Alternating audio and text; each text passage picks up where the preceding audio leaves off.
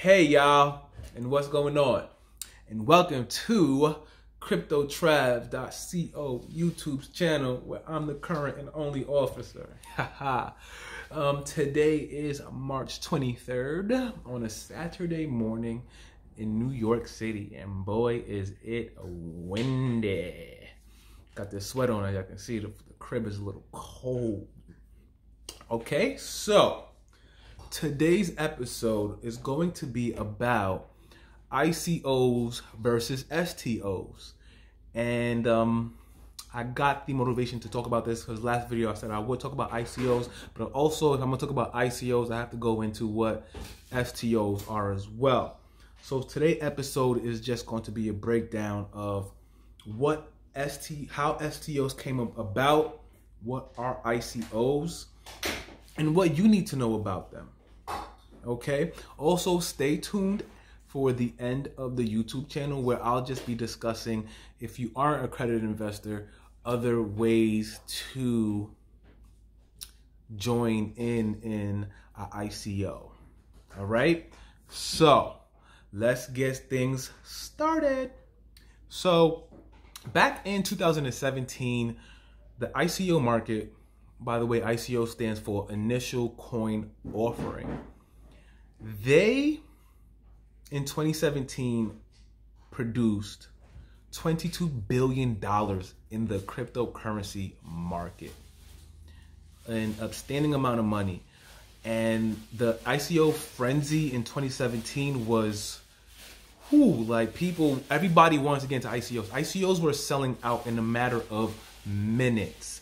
Just like a few episodes I did ago, the Fetch ICO, I believe it was, that was on the Binance Launchpad, that sold out in 6 minutes. That is how the ICO market was in 2017. And one thing I disliked about it is that when you're an accredited investor, you need to make over $250,000 to invest. And so just in case it is a scam, you won't be able to, it won't hurt you that much. But in the ICO market, when you do things like that and only let accredited investors invest, the little people like me and you don't get the chance and opportunity to see substantial amount of ROI on such projects because they sell out so fast. So initial coin offering is just basically a startup company with a prototype or not. I like to invest in ICOs with prototypes. They come to us, the public, to raise money for their project. This is how they get the ball rolling for marketing, paying the teammates, producing what they actually say they're going to do, and so forth and so on. So that is what basically the ICO is. It is also built on the back of other blockchains. So it could be built on the back of Bitcoin, Ethereum, and various other altcoins who have smart contract capabilities as well. Okay, I'm just looking at my notes to make sure I'm covering everything real quick. So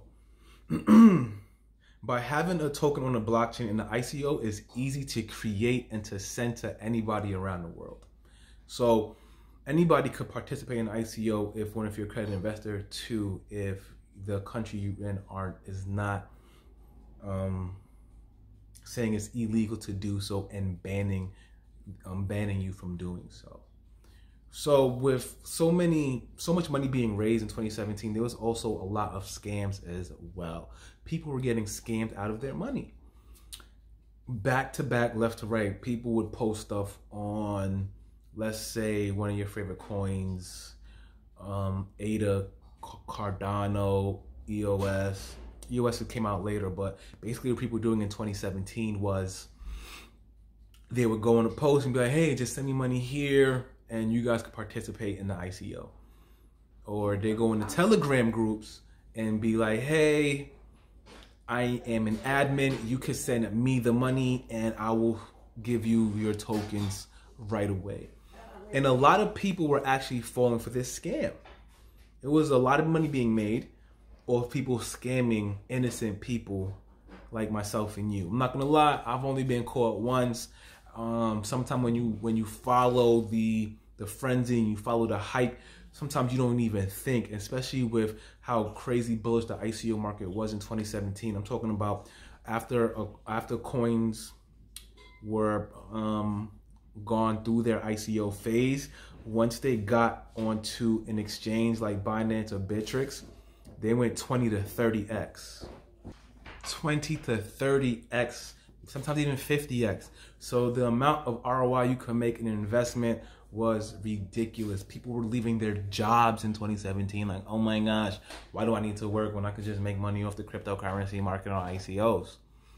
So with that being said, the United States SEC had to step in because so many people were also getting scammed and people were losing their money. There's a lot of people making money and there was a lot of people also losing money to these scammers. So by the end of 2017, SEC made it clear that people who are selling these ICOs with a pre-functionality token sold with an expectation of profit was in fact a security token. See how like that was very broad. They didn't say, they just said for profit. So if you're in an ICO and the ICO was for like, you got in at maybe 1 cent to $1. Sometimes the price range vary with whatever token is on the ICO. And if you're selling that for profit, it's considered a security. And they also went on later to say that Ethereum was a security, but then went later on to retract that as well for whatever reason. So this is how the birth of the STO came about, the security token offering. Because the SEC felt that if you are selling a token for profit, then you are now, with no broad really meaning as to what an STO really is. They went into more definition of what STO is a little later, specifying what specific tokens, and like Ethereum, basically like I said earlier, that because it wrote smart contracts, it was a security token. I don't know how they came about that. Like I said, they actually retracted that statement and said Ethereum actually is not a security token.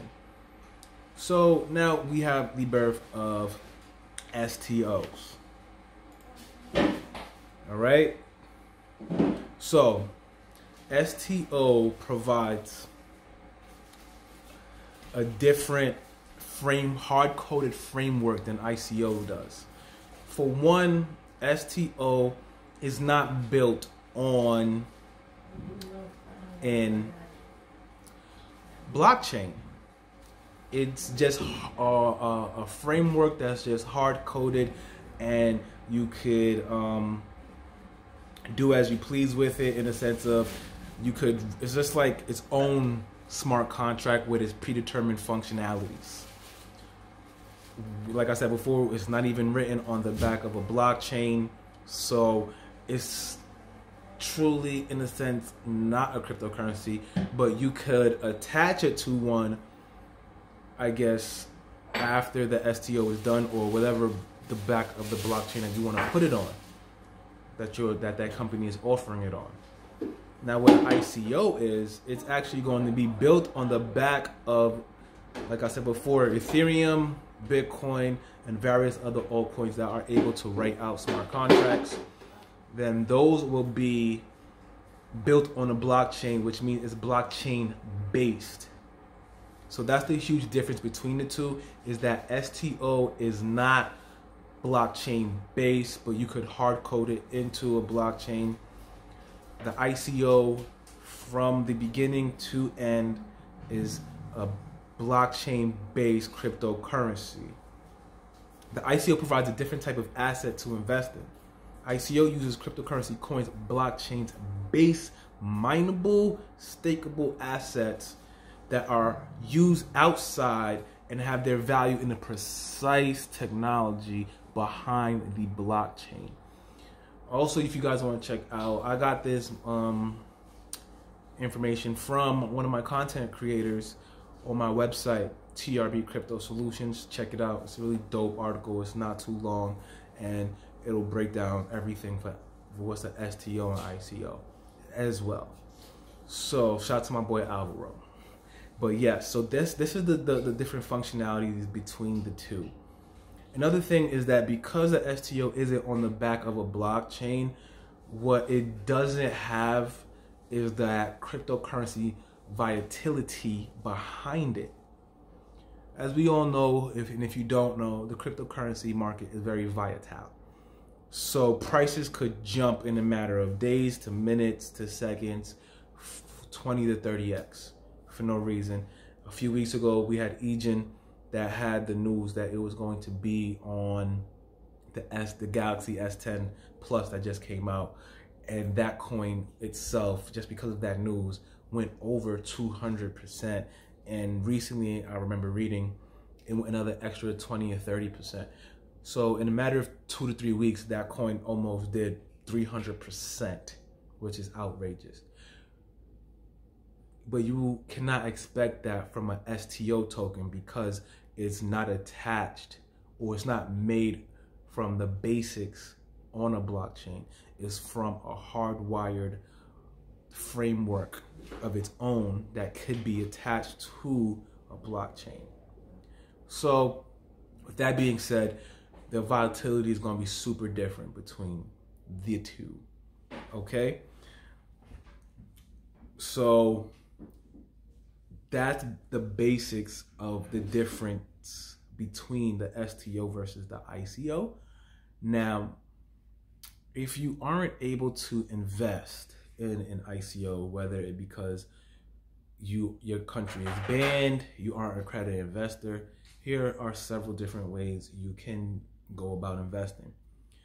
Have a friend outside the country who could do so for you. Africa, Haiti, Jamaica, some European countries. If you have friends, you're able to send them money and they could send it out for you, and you could ship it back to you. So somebody that you trust. Don't have anybody that you just met on these Telegram groups or on Twitter or something. The second way is to, I actually done this myself, is Estonian citizenship. You could Google that, look it up. I paid 120 euros to be an Estonian citizenship. It's basically a digital ID. I am actually a resident of Estonia. So with that ID, I am able to participate in ICOs. Okay. Number 3 would be, if you want to join my community, check out my website again. It's TRB Crypto Solutions. Become a paid member where we talk and have dialect of just various things that I invest in. I bring it to my team and to the community, and we could discuss if these are good. Me and my team discuss and do our own research on what we want to invest in. We bring it to the community and let them know what we're doing and give you guys the opportunity to join in and do so. So that's another way. So before I end the video, I just wanted to end it with a quote. Strength does not come from winning. Your struggles develop strength. When you go through hardships and decide not to surrender, that is strength. And that was written by my boy Arnold Schwarzenegger. Love that dude. Anyways, that's my time, y'all. Thank you guys for tuning in. If you aren't doing so, please follow me on all social media platforms at TRB Crypto Solutions. I hope you guys have a wonderful weekend. Take care. If you guys want to email me at contact@cryptotrap.info, I will go over anything that you guys want me to go over. Also, I wanted to let you know the next video will be on how do I go about doing my research and finding out what I truly want to invest in, what's the best move for myself. I'll definitely go over that for you guys, all right? Take it easy again. It's been a blessed day. Have a great weekend.